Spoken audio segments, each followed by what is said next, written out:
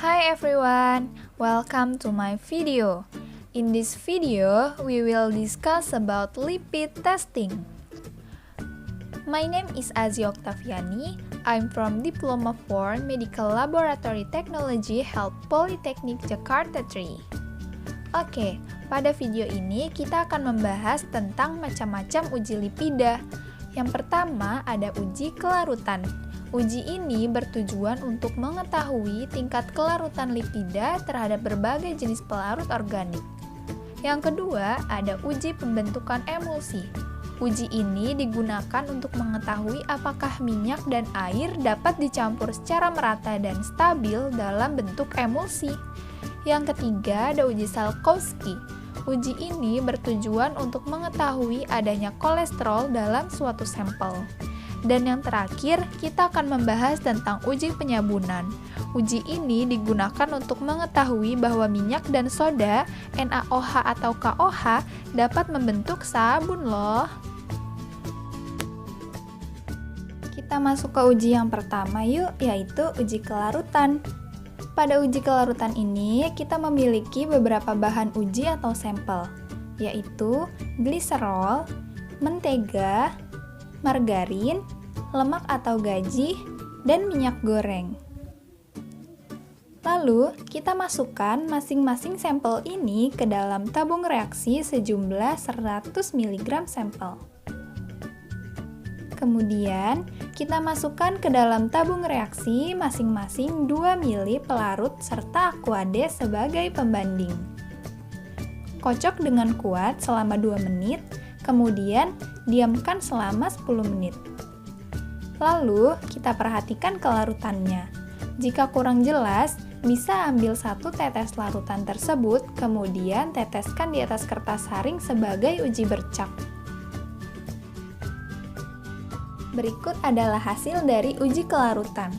Sebelumnya, kita harus tahu nih bahwa lemak yang bersifat nonpolar hanya akan bisa larut dengan pelarut organik yang nonpolar juga loh.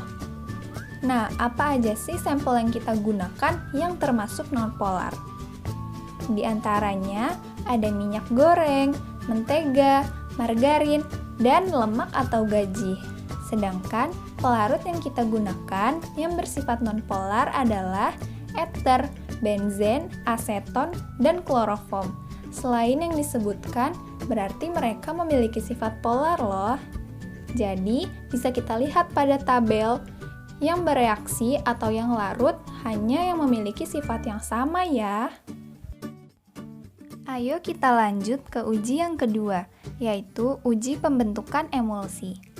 Pada uji ini kita memiliki sampel mentega, margarin, dan minyak goreng. Lalu kita akan masukkan masing-masing sampel ke dalam tabung reaksi sejumlah 0,5 ml sampel. Kemudian kita tambahkan ke dalam masing-masing tabung 2 ml Aquades. Kocok kuat-kuat sehingga terbentuk emulsi yang keruh selama 3 menit ya. Lalu diamkan selama 5 menit dan perhatikan apakah emulsi tersebut terpisah kembali menjadi 2 cairan atau tidak. Jika sudah, kita ulangi percobaan di atas dengan menambahkan 1 ml sabun cair. Kocok kuat-kuat dan biarkan lagi selama 5 menit. Kemudian, kita perhatikan apakah emulsi yang terbentuk stabil, artinya tidak terpisah kembali setelah didiamkan. Berikut adalah hasil uji pembentukan emulsi. Kita perlu ingat bahwa sampel yang kita gunakan ini tidak akan bisa larut dalam Aquades yang bersifat polar ya. Selanjutnya, kita perlu ketahui juga bahwa margarin, mentega, dan minyak ini mempunyai keseimbangan hidrofilik lipofilik atau HBl yang berbeda-beda. Oleh karena itu, jika sampel diberi emulgator, maka kestabilannya berbeda-beda, seperti waktu yang tertera dalam tabel. Ayo kita lanjut ke uji yang ketiga, yaitu uji Salkowski. Pada uji ini, kita memiliki bahan uji atau sampel yang telah dilarutkan menggunakan larutan kloroform. Sampel yang kita gunakan adalah larutan kolesterol, mentega, margarin, dan minyak goreng yang dimasukkan ke dalam tabung reaksi masing-masing sebanyak 1 ml larutan. Selanjutnya, kita tambahkan dan campur dengan hati-hati 1 ml H2SO4 pekat di dalam lemari asam ya. Karena yang kita gunakan ini adalah zat asam yang pekat. Selanjutnya, setelah kedua lapisan campuran tersebut terpisah, perhatikan timbulnya warna berturut-turut. Merah, biru, ungu dalam lapisan kloroform, dan dalam lapisan H2SO4 terdapat fluoresensi kuning. Ini dia hasilnya. Hasil dari uji Salkowski ini terdapat 3 lapisan.